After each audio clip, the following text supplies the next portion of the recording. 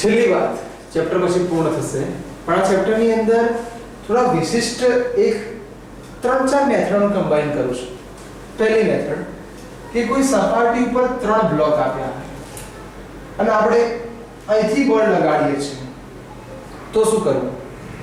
તો સાંભળજો, અહીંયા જે લાગે ને T1 કહીએ તો ટેકનિક જોજો. T1 બરાબર કાઉન્સ કરી જે બહાર લાગતું એ લખી નાખ્યું બળ. T1 કોને કોને ખેંચે છે? તો જે m2 m3. અને T1 કોની જોડે જોડાયેલું છે? m1. તો બધાનો સરવાળો એટલે અહીં આવશે m1 m2 m3. ક્લિયર? તો આપણે T1 મગજમાં આવી ગઈ. ચલો હું T2 ની વાત કરું તો અહીંયા T2 લખીએ તો T2 આગળ કોણ છે? T1. ક્લિયર? T2 કોને ખેંચે છે? યસ, એકલું m3 ને ખેંચે છે. અને T2 કોનું કોમ્બિનેશન છે? તો m2 m3. તો આ રીતે કોઈ પણ એક્ઝામ્પલ આવે તો એ પહેલા મેથડ બનાવી દેવાની. તો હું તમને એક્ઝામ્પલ આપું છું. તમારે અહીંયા 10 કિલોગ્રામ, 5 કિલોગ્રામ અને 2 કિલોગ્રામ લગાડેલું બળ 100 ન્યૂટન છે. જાતે સોલ્વ કરી શકશો? ખાલી કિંમત મૂકી T1 T2 શોધવાનું. ડન. આ તો સીધી વાત હતી. ચલો કોઈ ગરગડી આપી હોય તો, એટલે હું કહું છું કે સપોઝ ગરગડી આપે તો શું કરવાનું?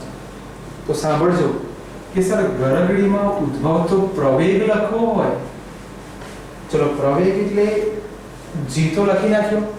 એક હેલ્પ કરીએ તો g ની વેલ્યુ આપણે 10 લઈએ મીટર પ્રતિ સેકન્ડ સ્ક્વેર.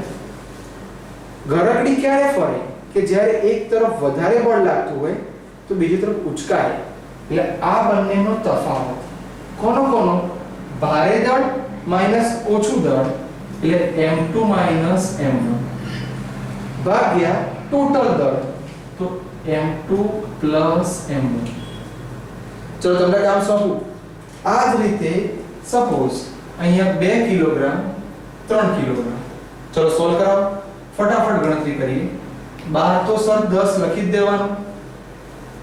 અહીંયા તફાવત છે તો 3 2 એટલે 1 ભાગ્યા બંનેનો સરવાળો તો 2 ને 3 5. 10 ભાગ્યા 5 જવાબ આવશે 2 તો 2 મીટર પ્રતિ સેકન્ડ સ્ક્વેર.